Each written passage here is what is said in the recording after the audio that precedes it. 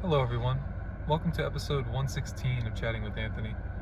For this episode, I'm going to start with the statement, in my opinion, the fact, that staying mad at them rarely works.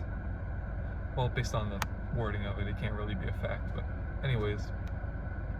I'm going to start by just talking about anger a little bit. I know that we all felt anger. You probably don't need me to describe it. We've all been mad. And I think that you would know that anger, or you see, I'll say rage, is quite powerful. It is a very effective motivator. There are things that you would logically say that you would not do that if you're angry, you do it. If you're angry enough, you'd really push the boundaries. So, and I think that is, if you look at human history, I think that's very evident. I believe that anger has led to some of the most catastrophic and the worst events to ever take place. Now, there are a lot of other terms that are categorized within the realm of anger, such as hate, malice, prejudice, especially. That's the big one that I'm really heading towards when I talk about this specific topic. When you have disdain for something, it takes a lot of self-control to remove yourself from the situation and say, emotions aside, logically speaking, does this make sense? I think all emotions are very easy to get caught up in, but I do think anger is one of the more challenging. At least I've noticed that in my life, and I'm not saying this to be arrogant. I don't believe I have a problem with anger or like rage, really. Very, very blessed to be at a point where I don't feel that is a struggle at all. But that is just from my experience in the past. When I've gotten like really angry, it's like I was like ready. I never punched a hole in the wall. I don't believe I ever punched a wall either. But I thought about it a couple times. I know I definitely took my anger out on my pillow a couple times, and that works pretty well because the pillow doesn't. I was gonna say the pillow doesn't talk back. I thought that might sound a bit insensitive. Anyways, essentially, we need to learn to control our anger. I believe that punishment is a great way to remind people to curb their anger. Hitler really never had to face punishment for his actions, and I mean, he when he was going to face punishment, he basically killed himself. He knew what he did was terrible. Whether or not he thought it was terrible morally is another story, but he knew that, like, he basically committed, like, I can't say war crimes, like, well, World War II started because of him, so I guess it was war crimes at that point.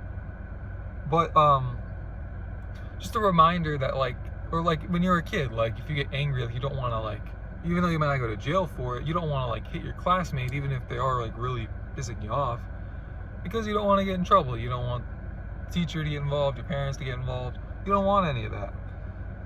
So instead, you took it outside and took your anger out then. How good of an idea is that?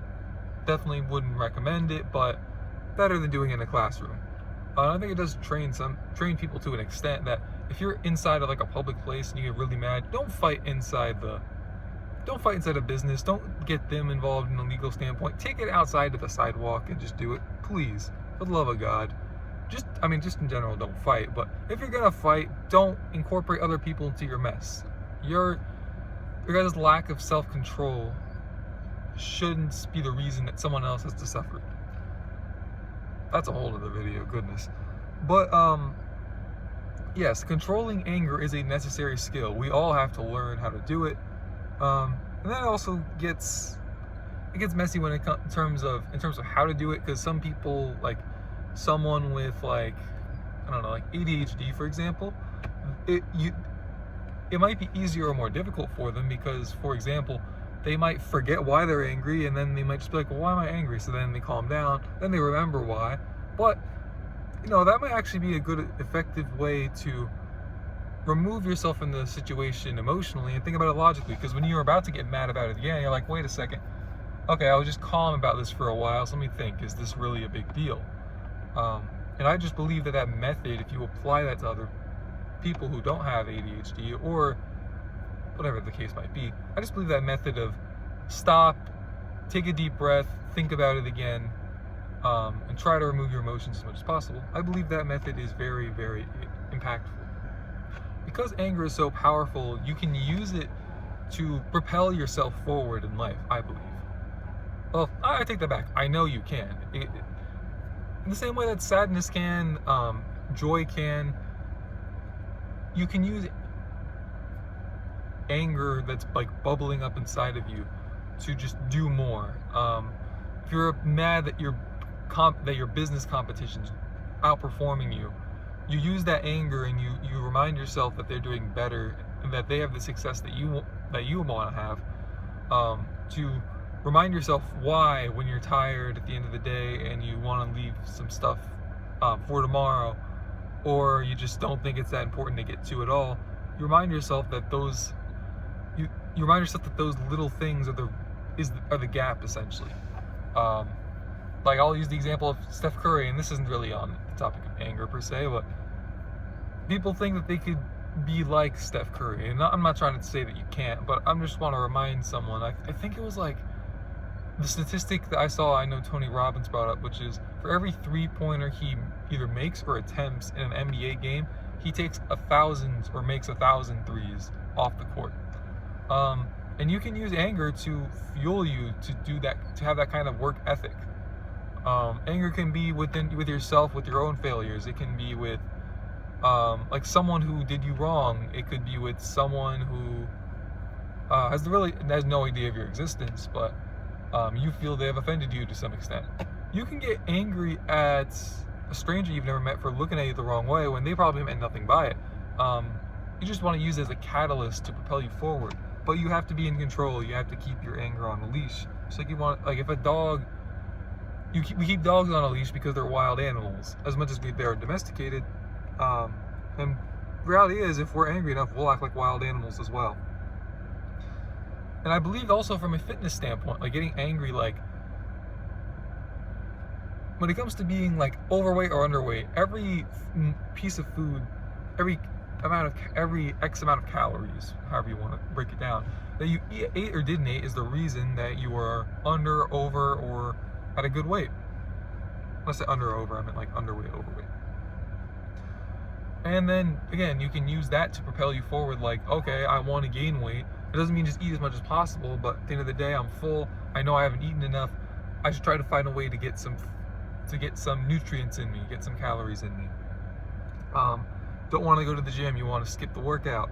That might be the difference between you getting your dream physique versus you not getting there.